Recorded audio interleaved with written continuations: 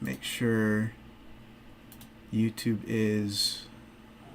Alright, we are live. Alright, folks. Let me make sure we are all up to date on the phone before I officially start.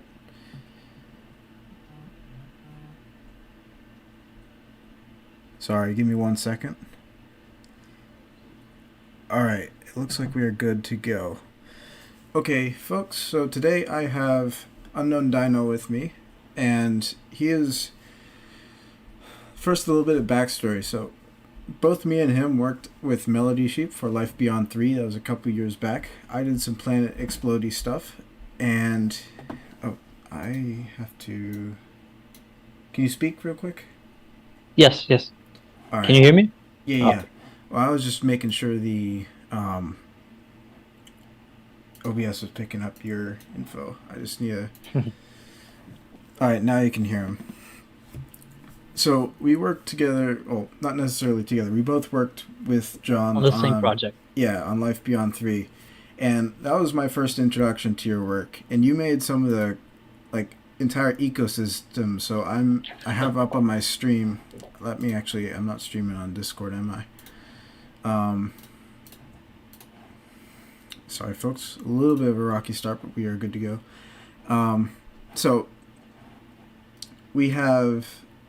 So this is still to this day, one of my favorite things of yours. You made this entire ecosystem, and Yep. Moreover, you also did a very detailed breakdown of how you did it, and this is one of the coolest things I've ever seen, because everything looked like it was coherent, and it interacted with everything. Yep. Mind-blowing stuff. It was built from scratch, basically, just for this project. Yeah. Incredible work.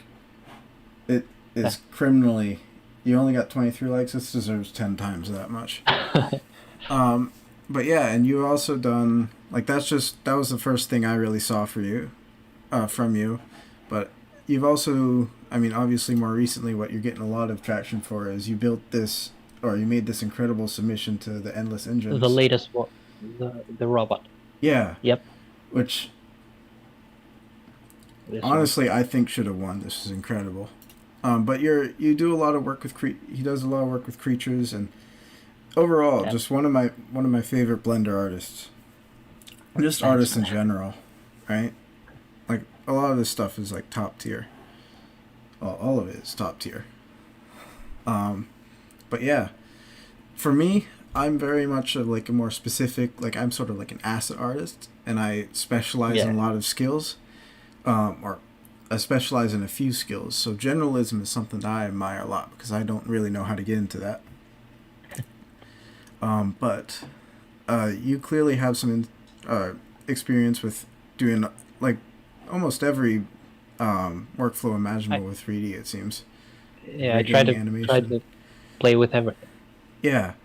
So I want to talk to you a bit about that. I also want to just ask you some stuff about your workflow, and all that other fun stuff. So if you have anything to add,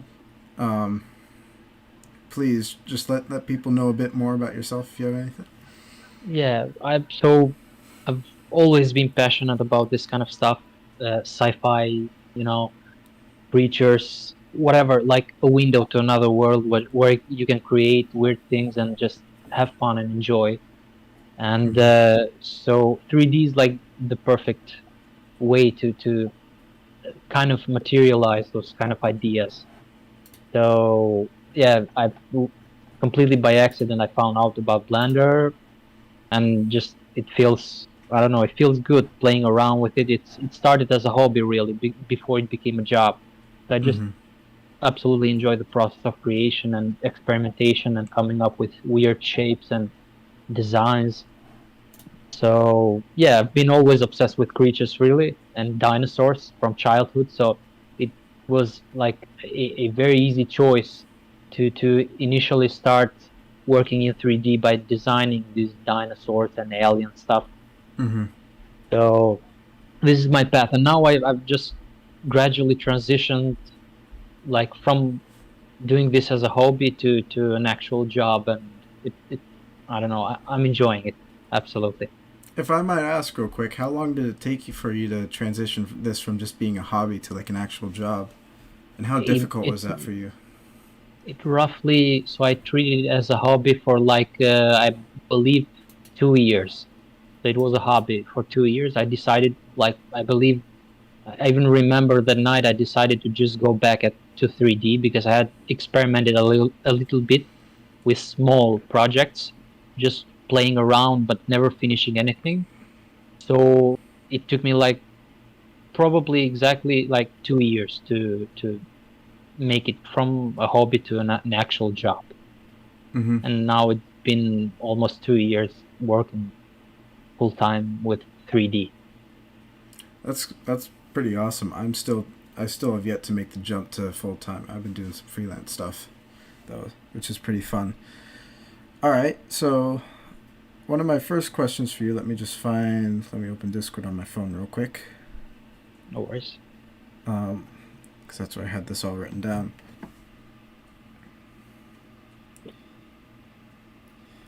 So you recently won third place in Yep. Punisher's Endless Engines challenge. Yep. I'm gonna put that up on screen. Your breakdown for that because I think it's a very well done breakdown. Goes through all the like steps and such for making it. Yep. So what was generally? How did you like approach this? Not necessarily problem. How did you approach creating the submission? Like, what were your initial inspirations? Like, what, what? Well, yeah. Let's just start with what were your initial inspirations. I'm not going to make this any more complex than it needs to be. No, no worries. So, well, I first of all, whenever I hear like 3D challenge, I get extremely excited. Like I have difficulties like stopping myself from becoming part of these challenges. And when it comes to ideas, I usually almost all in all cases I do whatever I'm interested in at that point in time.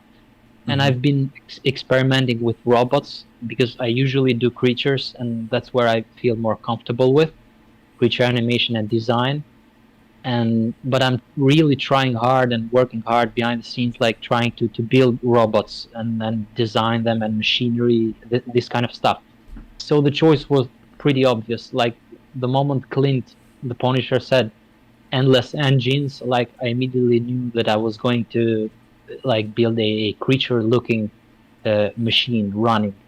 Mm-hmm. This is like immediately didn't took like too many seconds to make up my mind in that sense. Yeah. So this was it. And even if you go on to my art station, you can see mostly creatures like final and published projects, but there are some unpublished ones which are just robots that look like animals. And Mm-hmm. like I've been trying really hard to finish something like that, some kind of project of that type. Yeah.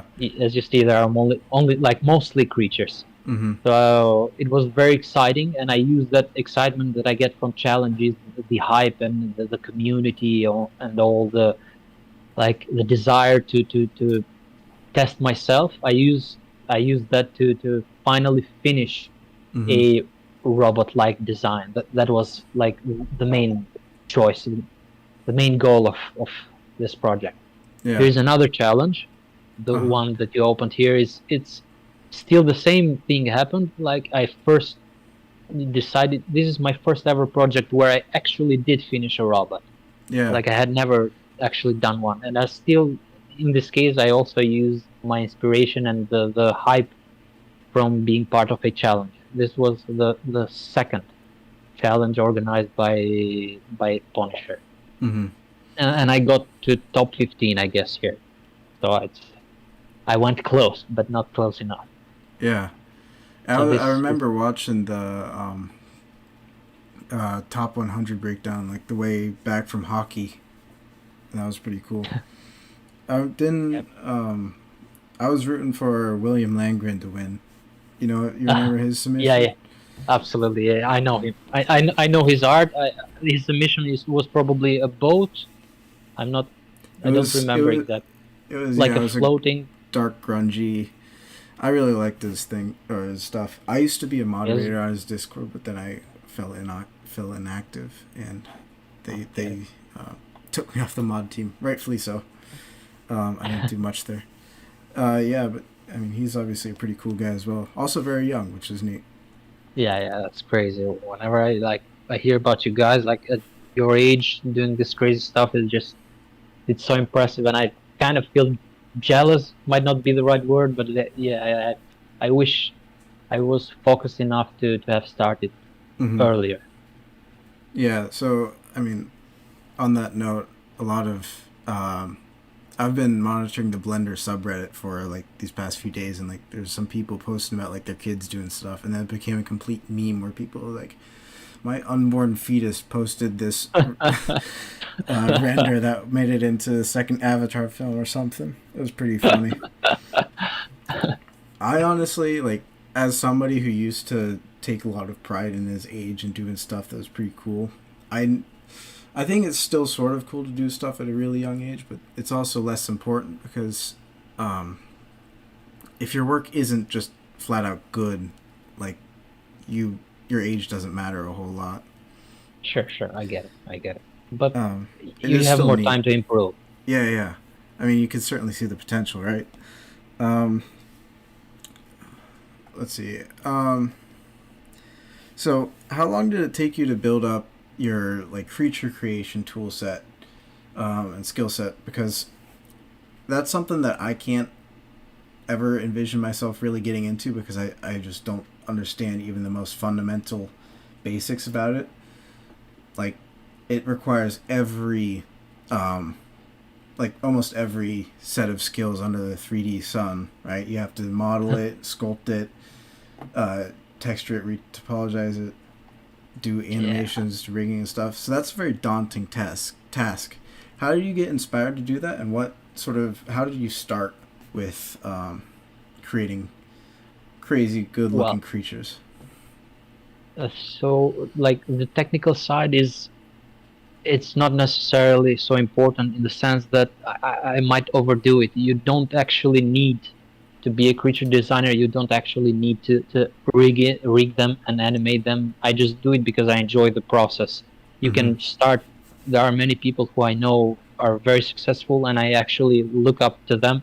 They just draw creatures on paper, and they have built this library of shapes and like it's enough to actually produce something interesting when it comes to creature design. Hmm. So the technical side probably took me, as I said, those first 2 years practicing as a hobby to learn all how to translate my ideas to actual to an actual product, like a creature moving and running around, the simulations, testing like multiple times until it worked.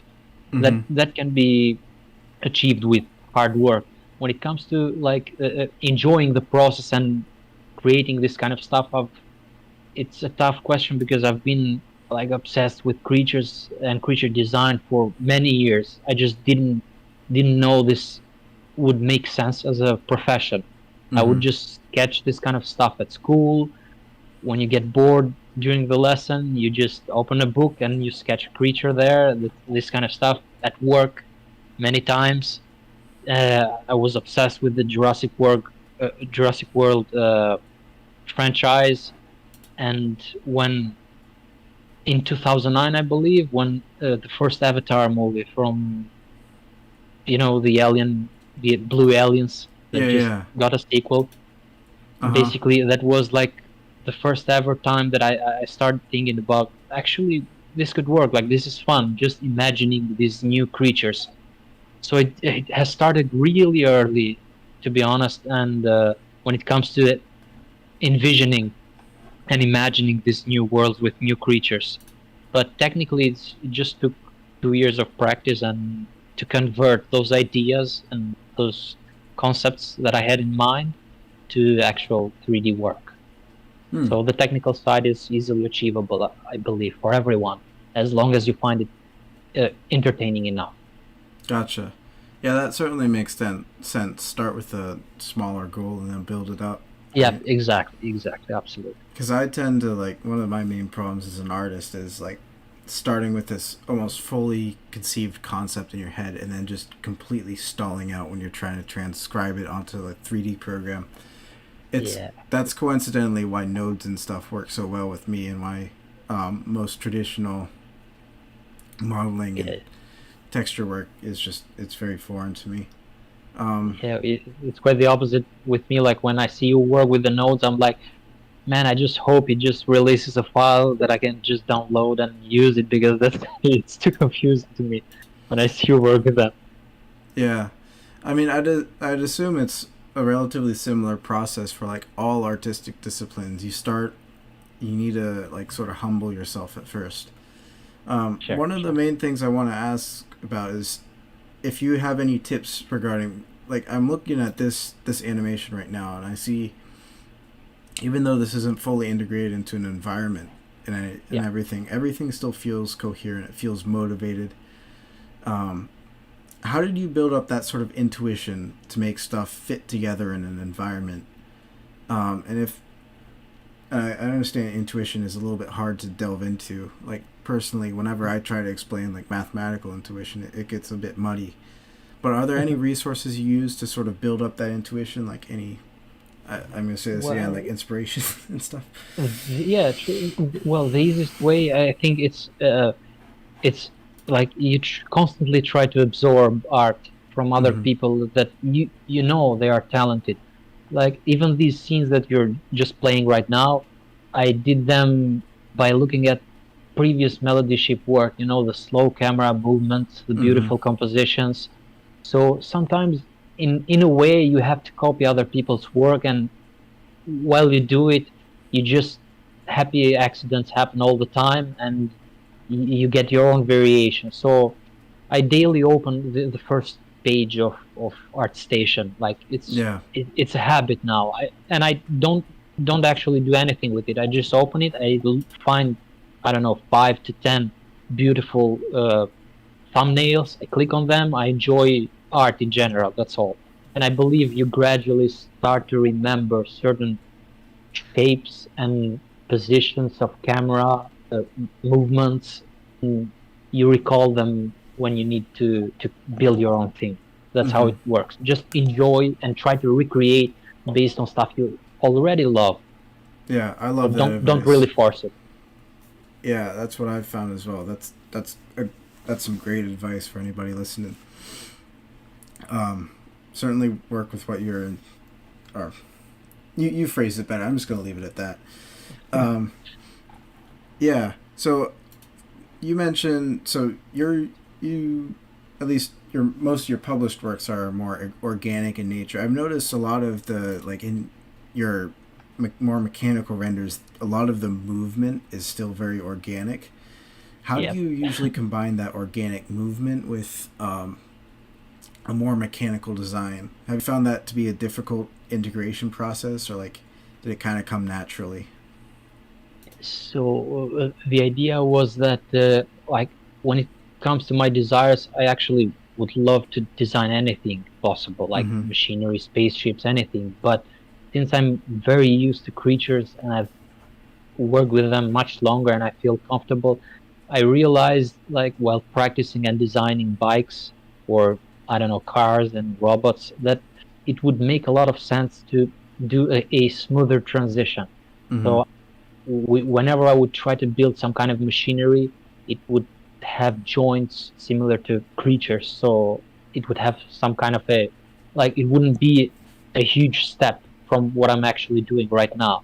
So maybe that's why it feels fluid or based on creature work, because I just try to do something in the middle. I'm not completely going away from creature design. Yeah. Like this one, for example, the running of this robot is, this is just, I imagined a tiger or a cheetah or a dog. I watched some tutorials, some slow motion imagery on how they move, and I was going to fill the body with mechanical parts to make it look as a robot.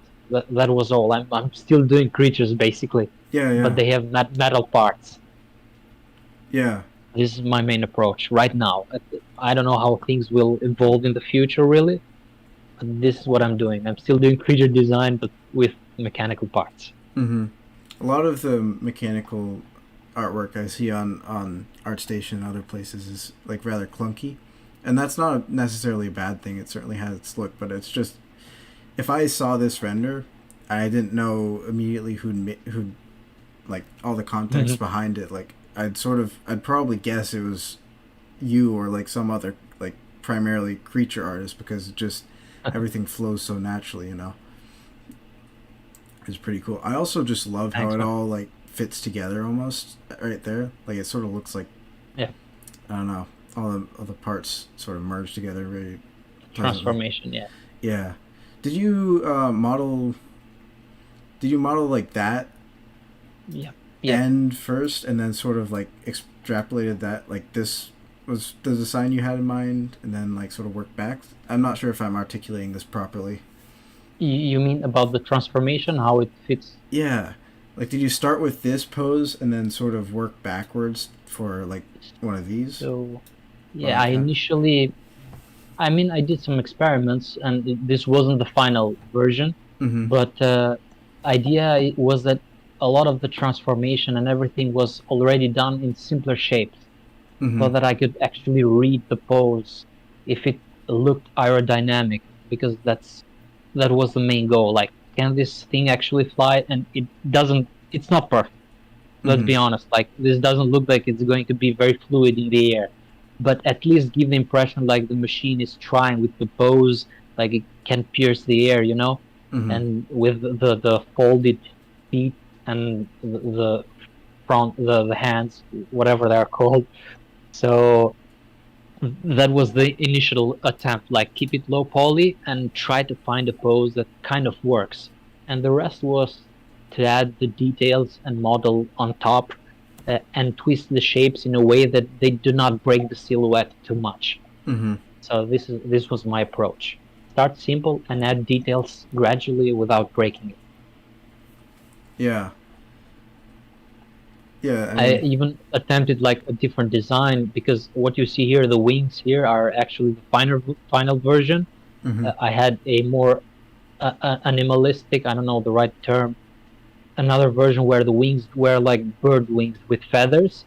You Mhm. probably can see it in one of the versions in the behind the scenes video. Oh yeah. It's tough to notice. I tried that, but it was too complicated to get all the limbs of a bird to transform and look correct. So I gave up on that Mhm. and Yeah. decided to go for something more simplistic. Gotcha. Yeah, I mean, certainly you mentioned it. It's not perfect, right? And I think that's a very artistic mindset. Nothing's ever Yeah, perfect. Just kind of the curse of exactly. the artist, right? But I mean, That's it certainly absolutely. looks good enough, and certainly Clint and some of the other people thought it looked good enough. So Yep. um, that's certainly good. Like in the first question, you mentioned you get excited for competitions and such. I kind of have the opposite reaction because that I mean that's primarily because I entered one of Clint's like weekly competitions when I was like a beginner artist. I didn't even get like an honorable mention. I was like, fuck this shit. This Okay. is too much of Okay. an I get it. artistic.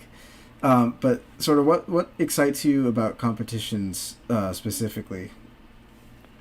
I mean, yeah, I never thought about what you just told me. Like, what would have been if I had like a traumatic experience from this? But It to me, wasn't it's just it wasn't quite traumatic, but it's like it's kind of an ego boost because you always think you're hot shit when you're a new artist, right? it makes sense. Like, I went in the first challenge from Punisher from Clint. I ended in top 15, and I was expecting to be at least in the top five, and I actually got sad at that point. So I truly understand what you mean. It's Mm-hmm. okay. Like, we like to give it all, but when it comes to challenges, is there are many factors, and not all. I'm not sure if I'm aware of all of them really, because this excitement is actually like kind of weird. I truly find it difficult to resist them between job and different projects. Like, whenever I hear 3D challenge with a prompt, I'm immediately get excited, like how I'm going to interpret the prompt and what's given to me. the idea of the community. You're not in Mm-hmm. this alone. You're together with other people, and you get to day by day you get to see work in progress, what others are doing, and you can't wait to show them what you like produce in the end. Mm-hmm. So there are so many elements, and of course, one thing that I'm certain about is that, or at least I've seen this happen a lot now that I'm convinced, is these kinds of challenges are very beneficial to growth, Mm-hmm. and sometimes even getting a job. Like, it's crazy. Like, first job, large project I ever got in 3D was because I entered the first time I entered in one of Punisher's challenges. Mm-hmm. So there are so many benefits. I think Which you job was grow, that, you learn.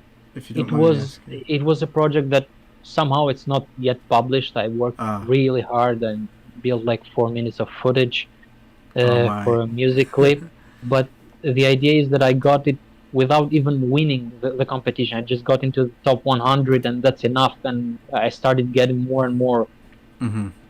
eyes on my work, and they're really helpful. At least I find them so. Yeah. Yeah, for sure. I mean, I reckon I want to start getting back into challenges because I do. I made some like initial like previs for the what was it, alternate realities challenge. Um, I Yep. thought was pretty cool, but it was like I just didn't have the time for that one. Um, Ah, okay, I get it. but yeah, I do want to eventually get back into them. But yeah, I mean, certainly I can understand that. I just kind of had a series of events that kind of led me away from those. I would So suggest to anyone who wants to learn fast and experiment with 3D, even if you're a beginner, just being part of the community is really, really fun, and you need to take it with positivity. That's yeah, super important. I mean as I mentioned before, my the biggest problem I had was I was trying to win instead of just trying to make and trying to have fun. Got my ego too caught up in it. I can't blame. I cannot blame. Seriously. Yeah.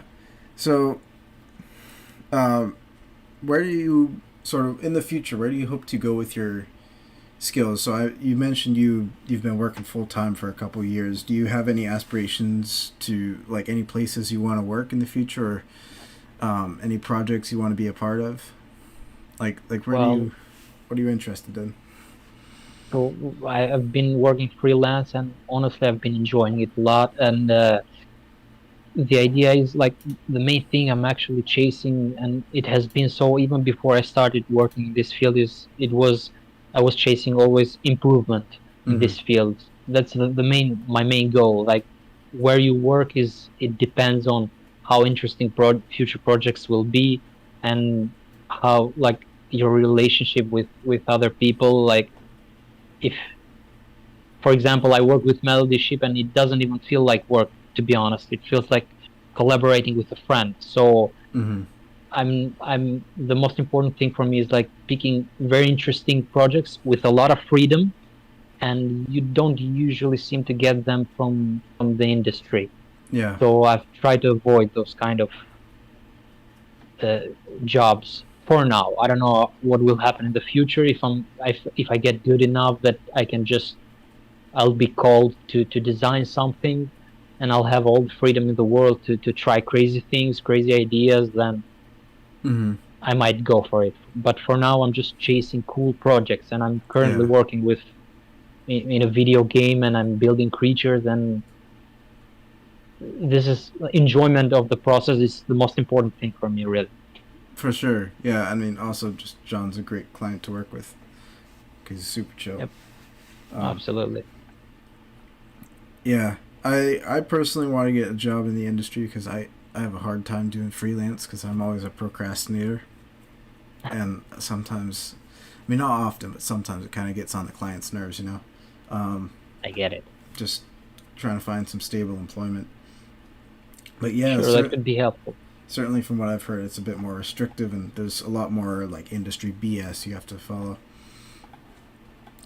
I mean, I might have exaggerated a bit, but just I've worked before in large companies, and not in 3D actually. I had Mm-hmm. other jobs not related to art that much, or maybe a little bit, and just the feeling of the hierarchy and the multiple steps of connection. Yeah. Basically, before the idea would come to you, would go through too many people and just not enough freedom. It was all about producing fast, throw it there, and Mm-hmm. hope it sticks. It wasn't about trying something special that it would attract the attention of many people. Yep. So maybe I just had bad experiences before, and I might change my mind in the future. I don't know. Well, Right now, I just yeah. I mean, from what I've heard from people like Andrew Hodgson, who do have a lot of experience in the industry, is it's exactly what you said. Like okay. clients pay money for you to do stuff, so you have to be kind of efficient and not waste time and such. Yeah. Um, Certainly a little bit If I more restrictive. True. If I can't experiment, like it takes a lot of like pleasure from work in general. If I can't have some fun and try something crazy. Yeah, for sure. Yeah, I mean the experimentation is like 80% of the fun, you know. Yep. Absolutely. All right, so let's see.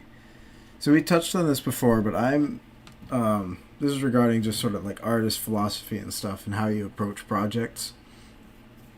Um, so as I said before, I'm more of like an asset artist. I make really high quality, or I try to make really high quality models and such, whether they're of like planets, nebulae, and other stuff. And I'm willing to spend like weeks on it, right? Sure. And But you then do. You succeed. I succeed sometimes, but unfortunately, some others. Most of my stuff never reaches the surface of the internet, you know. Um, That's how it works for everyone, really, for all of us. yeah, I have my hidden projects too. yeah. But on the other end of the spectrum, you have guys like William Langren, who's like, they're very like scene focused. They'll hack out, do stuff really quickly. Um, where do you sort of think you fall on that spectrum between like very meticulous, everything has to be perfect versus everything's hodgepodge, but it ends up looking pretty good in the end? Sort of, do you have any insights on where you place yourself on that spectrum? I think I started more in the first extreme. I believe it was like taking care of every single detail, Mm-hmm. uh, to the point where I wouldn't really consider it an achievement if I didn't model and design every asset possible in the scene. Every rig, every animation, every creature, every rock. Mm-hmm. What you see here is basically like handcrafted from scratch. Yeah. But I gradually started to understand that that wasn't much of a point. Like I didn't have to prove anything all the time, everything all the time. So I started using more like HDRIs, a couple of rock textures. So I'm gradually transitioning into or at least I am trying. I don't know if I'm actually succeeding, but I'm trying to become faster. But right now, I'm afraid I'm still at this stage where I try to build everything from scratch, and I enjoy it. I enjoy it Mm-hmm. too much. That's maybe the problem, or it's a good thing. I'm not sure. Like I enjoy it too much, designing everything from rocks to trees to creatures to movement, the camera position, composition, lighting. Mm-hmm. Everything is too much fun. So I try to build everything and take it easy, step by step, and make sure that it actually looks good or even better than my previous work. For sure. I hope I answered your question because it's a It. bit tough. Yeah. I mean, sorry, I didn't do the greatest job of wording it, but yeah, Mm, you did. You No, no worries. did a. That was a good answer. I mean, I find myself in the same boat. If I could weigh on this question, because I've been doing some thinking about this as well. Like, it's an achievement when you get something that looks good on the surface, but it's really an achievement when people can zoom in and see, like, oh shit, this is like actually real, right? Yeah, I Um, mean, it's also there's if I can add, like, it depends. If you're working with fixed camera angles, you mm-hmm. can actually cheat a lot more than when it comes to real time, because I also work on games and there are no shortcuts, I would say there. Yeah. Like the creature has to absolutely look good from all the angles because you never know where the player is going to be. So in different cases it can work differently. Is there a significant difference between how you approach a more film quality asset versus how you approach an asset that's going to be used in a game? Sure. The main point, like the main difference usually that I had to get used to was a performance. Basically, it it has to look good, but you have to find that sweet spot where it looks good, but it's not too heavy for the engine. Mm-hmm. And it depends a lot on the quality of the geometry, the resolution of the textures, Yep. colors, how it fits with other assets. When in movies, you can actually overdo it with geometry, resolution of textures, Yep. because you're just going to wait for the render to render the frames and you're done. So this is the main difference I've seen. But is there any way?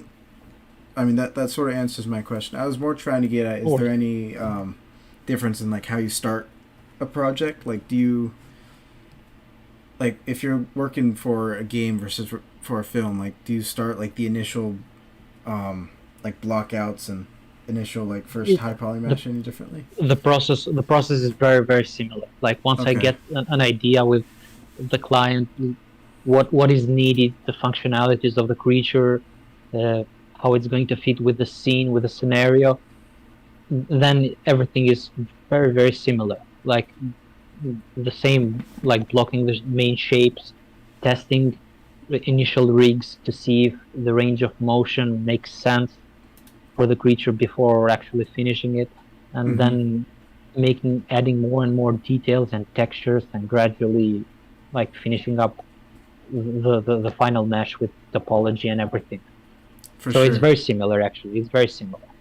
So basically, games just add a little bit more onto the end for your asset creation. Yeah, they have that step where you have to make Yeah. sure everything is optimized and looks good from every angle. That's all. But basically, the process is very similar, I would say. Gotcha. That's pretty cool. Um, I want to. So that's sort of most of the questions that I have for you. I wanted to sort of not really end this out. We still have to take some audience Q and A's. Sure, Um, sure. I want to ask if there's any specific scene or project you want to do a little bit more of a detailed description of, whether it be on your art station. If you want, you can even share your screen and I'll just watch your stream. Just Well, anything you're interested in breaking down a little bit further. I mean, the most complex project I've ever done, actually, it's the one you mentioned in the beginning, the asteroid scene from Melody Ship, Mm-hmm. the Live Beyond 3 documentary. But I mean, I've added a lot of details there, but one that could be interesting to talk about would be the tree head creature, which Okay. was, if you can go back That basically is this one, right? no, this is the asteroids. I'm sorry, maybe the stream is lagging a bit. Oh yeah. You're right. You're right. Okay. This is it. So this is like the first ever project that got a lot of attention, and where I believe I like did a lot of progress. Mm-hmm. When you see yourself improve a lot from one project to another. This is it. The Gotcha. movement and everything. So this could be important to as a technique to other artists. Maybe here I decided that I actually wanted to push myself when it came to creature design. So Mm-hmm. I did something that many people do not advise. Many say that you shouldn't compare yourself to other artists, but here I decided to do quite the opposite. I downloaded the best creature design imagery I could find from the web, ArtStation or Pinterest, whatever. And I constantly, while I was working on the design of this creature, I would, constantly compare my work. Why doesn't it feel quite as exciting and as what I'm seeing from other accomplished artists? Mm-hmm. So I would iterate, redo, uh, like remove detail, try it again multiple times until I got something that I couldn't see flaws anymore, at least at that current level. So Mm-hmm. this is I believe, one of my most important projects I've ever done in sense of growth. Yeah. And I would like I would advise people to try it out, like safely, of course, not get overwhelmed by the work of other artists, but try to build something that takes inspiration by someone else. It's totally fine and it can help a lot. Mm. Yeah, certainly. I mean, I love the design of this thing. The trees sprouting out of its like nose and stuff. That's really neat. Yeah. And I also like to see, or yeah, I also really enjoyed seeing how it just starts from like a little branch that's like slapped on there and that becomes fully Yeah. integrated. That's really cool to see. It just becomes so organic in the final thing. Like it really feels. I don't know. This was a project where I was like, this was my first ever true creature design project in 3D. Mm. Basically, I was not sure how things were going to look in the end. I even like it felt weird when I started translating in 3D because in my head it felt quite different, and when you put it in 3D, it felt weird, and I wasn't comfortable with it. So it got a lot of attempts for me to until I got used to doing this kind of thing. It's tough in the beginning, but it helps you grow. This constant experimentation. Gotcha. How long did this project take? I believe 3 months roughly. It's been a long time since then, but roughly 3 months. I would work part time on this. Mm. So yeah, I would do my job and then would get back at these projects, constantly experimenting, trying, breaking things. It was like learning new techniques, playing around with simulations, the branches and everything. Was supposed to push everything as much as I could. So I think it took like 3 months of trial and error until I got the final render. Gotcha. Yeah, I mean, for anybody listening, like that 3 months is like a pretty reasonable time for like your first or really any like really big thing. Like I've worked on my planet shader for like it's got to be nearing years now. Absolutely, yeah. It takes a Patience. lot of time and experimentation. You're going to fail multiple times, and that's absolutely fine, Mm-hmm. in my opinion. Also, I love the topology on here. It's Yeah, just there great. were so many things that I learned, like for the first time. Like before I did this creature, I didn't. I believe 3 months before I did this, I didn't even know that you actually needed to retopologize creature sculpts. Mm-hmm. It was weird, you know. I just would sculpt something. Uh, if I would sculpt it, I would just add a rig and animate it on top of that without performance, without making sense, with deformations or anything. The Mm-hmm. other option was just modeling it. So I learned so many things in this project. Yeah. How, was this retopo all done like manually? Yeah, yeah, sure, manually. Yeah. I tried to watch tutorials on how to preserve like deformation lines and Mm-hmm. silhouettes and everything. So yeah, Gotcha. this was all manual. Gotcha.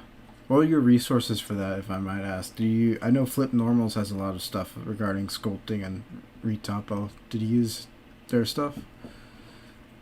Yeah, I don't know. I've been searching all over the web. You know, I would watch anything. Gotcha. Once you focus on recreating shapes and you watch other artists work, you just have to get used to brushes and modeling and the tools the software gives you. The rest is just trying to recreate your ideas and materialize them in the software.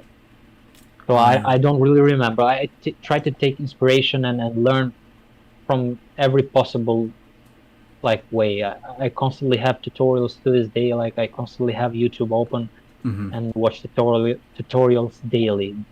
So Gotcha. anywhere I can learn something. Well, sweet. I see a few questions in the YouTube chat. If you don't mind, I'll ask Sure, them. sure, absolutely. So one guy's asking, where do you find your references? Is it just from like Google search or? Oh. Well, actually, it's ArtStation is like a great source. ArtStation and Pinterest are like you get enough quality that it's more than enough if you want to do something cool and interesting. there's enough awesome work from other artists.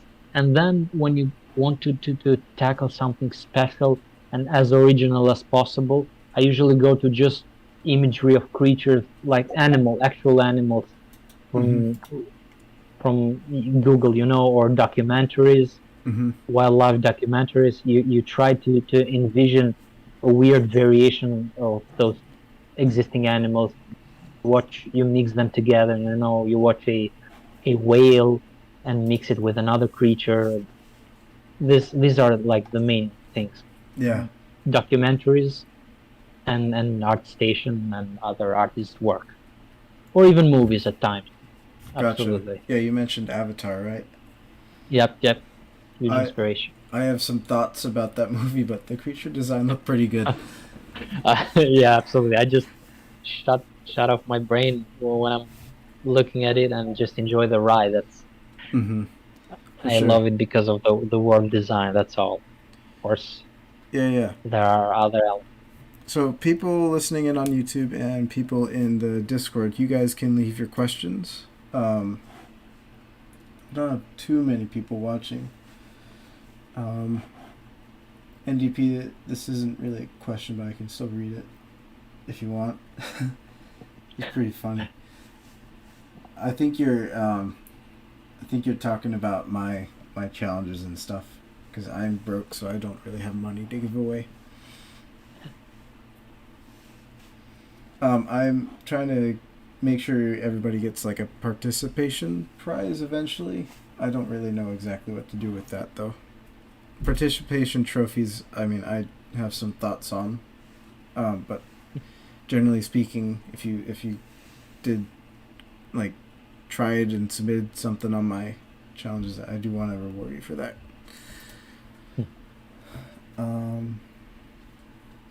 Oh really? Oh, that's funny. Sorry. Yeah. What Night Shiner Studio asks, what program do you use to make your textures and how do you begin the process?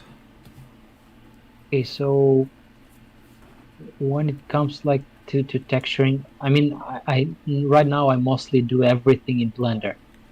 I tried Substance Painter once, and it was precisely this project here, like the tree hat.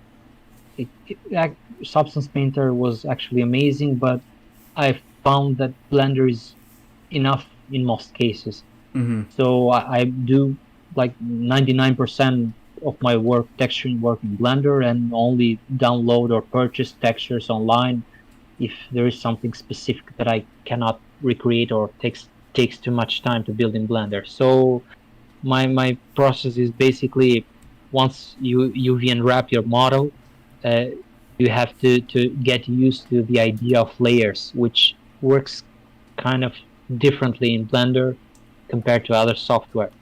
And I just build a few masks and mix the nodes and try to build a few initial variations. You build first a combination of two colors for a creature that is divided by a mask, black and white mask, and then you Mm-hmm. add details with noises and procedural stuff on top until it gets layered and complex enough that it looks like it was purposefully designed. Yeah, I didn't even So this realize is that my project. that's what you It's were doing just here, right? Blender. Gotcha. Sorry for interrupting you a bit. That's what you're doing here, right? You start with more or less two colors, and then you're Yep, just iterating off yep, on that. yep, yep. That's pretty So cool. this experimentation here was done in Blender. I later tried, as I said, Substance, but really I don't see much of a difference now based on my workflow. I know that with Substance you can get complex patterns very quickly, but right now I'm used with Blender, so I just work raw the way like the way you would usually work with Blender. I just hand paint everything in Blender with maps and procedurals, Mm-hmm. and it gradually gets more and more complex. Gotcha. So NDP is asking, what would you say the most important advice for retopologizing creature sculpts? Sorry, what would you say is the most important advice for retopologizing creature sculpts? Well, retopology is kind of a weird process. Sometimes you hate it because it takes too much time, and sometimes it can become like a interesting experience in the sense that you don't have to think too much once you're used to it and you spend a few hours working on it. And the idea is there are some good tutorials that teach you that the main important thing is keep in mind where the which parts of the creature will bend. So you have to keep loops on those parts. You can see some nice tutorials on YouTube Mm-hmm. that basically that's the main thing. You need to imagine before it's going to happen, before the creature is going to move its arm or its open its mouth, which parts are going to get stretched. And that is where you need more loops and more geometry condensed. You can see it here with kind of, because this has a bit too high of a resolution, Mm-hmm. the tree creature here, but you need to take care of the loops around the eyes, the mouth, the lips, Yep. the flow, and you can do it even with human figures. Doesn't matter. The idea is basically the same. You try to preserve the main bending parts of the creature. Mm-hmm. And sometimes I even like I do, since I've learned rigging too. You can do early tests before you actually finish the final project, the final mesh. So you can build these rigs much earlier and test the bending, the positioning, break things, rig them, skin them again, go back and forth until you build a really good idea of how the creature is going to behave. So it's Mm-hmm. okay to experiment really and break things and then go back once in a while. For sure. All right. Unless anybody, okay, Mountain G, you have a question. How long did it take to make the animation so organic / realistic looking in the tree head creature project? So when it comes to animations, I believe I was still in the beginning here, and there was a lot of trial and error, and I would finish the entire sequence, and I would not like it, and I would go back and try to reanimate it. So I don't know. I might have played around with it for a couple of weeks, I believe, or 3 weeks maybe. Mm-hmm. Doing and redoing it and breaking it again and adding details. Sometimes you realize that the rig just isn't good enough. So you realize that all the animation sequence you did doesn't work, and you need to break the rig and try it again. So it Mm-hmm. was a tough learning period, really. It might have taken a few weeks, up to 1 month, to actually finalize the animation of the creature. That's pretty crazy. Well, the animation is crazy. Yeah, I mean, that's a solid amount of time. Yeah, absolutely. And there are the simulations on top that add a lot of detail and make it feel Yeah, like it has more weight and like the, yeah, make like it more realistic. the leaves shaking is a very nice touch. Yeah, most of those details are actually simulated, so you just need to experiment with the simulations that Blender has to offer. Mm-hmm. Gotcha. Well, I think I'm about ready to wrap this up. Is there anything else you want to touch on before we sign off? Thank you very much for coming on here, by the way. Absolutely, man. I don't know. It was a pleasure. I hope I had some cool information to give, and that's all. I absolutely enjoyed it. Thank you. Yeah, for sure. Um, Thank you, man. for those of you still listening, I think this is going to become a weekly occurrence with different artists. Um, so if you guys have any thoughts on who you guys would like to see, please share them with me. I'm always interested to hear of new faces. I have some ideas. Yeah, man, certainly send them my way. We got. Do you know Covingworth? Yep, someone wrote it for me. Yeah. Night Shiner Studio. Oh, Melody Sheep. Yeah, I think he might be a bit of a big fish. Who knows though? Yeah, I who think he'd knows? probably be willing to. Maybe both of us could convince him. Yep. Anyways, man, thank you for joining me here. I It really was a appreciate pleasure. it. I learned a whole lot. This is a little bit different than the usual. The usual. Videos you do? not really videos, more like style, because we're also space focused and like nodes and all that weird technical stuff. But yeah, certainly getting like somebody who works with a lot more like traditional 3D workflows on and learning from you is an excellent experience. So yeah, I'm going to cut the stream here. Thank you guys for tuning in. It was great to talk to everybody. Thanks for everyone. All right.